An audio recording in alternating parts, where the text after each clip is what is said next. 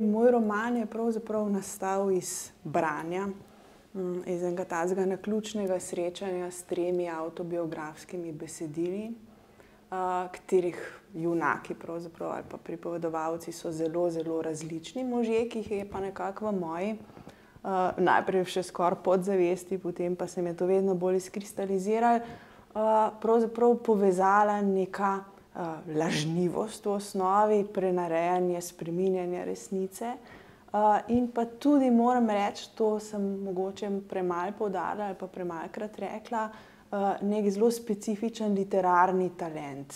Ne tisti talent za, ne vem, visoko literaturo, za izjemno izbrušen stil ali kaj takega, ampak v bistvu neki primarni pripovedovalski dar, ki se mi zdi, da vse te 3 junake povezuje.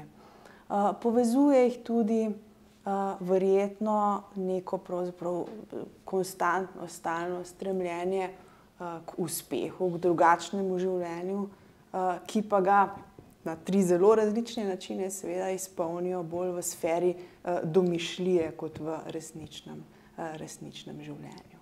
Torej, občutki so seveda zelo lepi, tudi bi rekla uvrstitev v deseterico, v peterico, ne glede na končni izid, je za vsakega avtorja čast in je razveseljiva. Zdi se mi tudi, zdaj ne bom pa čisto nič prav zelo izvirnega povedala, ta nagrada koristna, ker pač naredi nekaj za to, ali pa celo v našem prostoru kar precej za to, da se o romanih čisto preprosto govori, ne. Zdajle me snemate, torej fotografije avtorjev se pojavljajo v časopisu.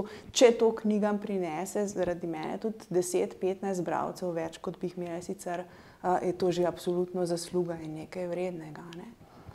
Sama mašinerija je čisto prikupna, prijetna. Jaz sem zelo vesela, da se je vrnil Kresnik na Rožnik semle. Mislim, da je bilo na Ljubljanskem gradu manj lepo, sem bila tudi zraven 2-krat kot gledalec. No, skratka, lep dogodek, ki ostane v lepem spominu, absolutno.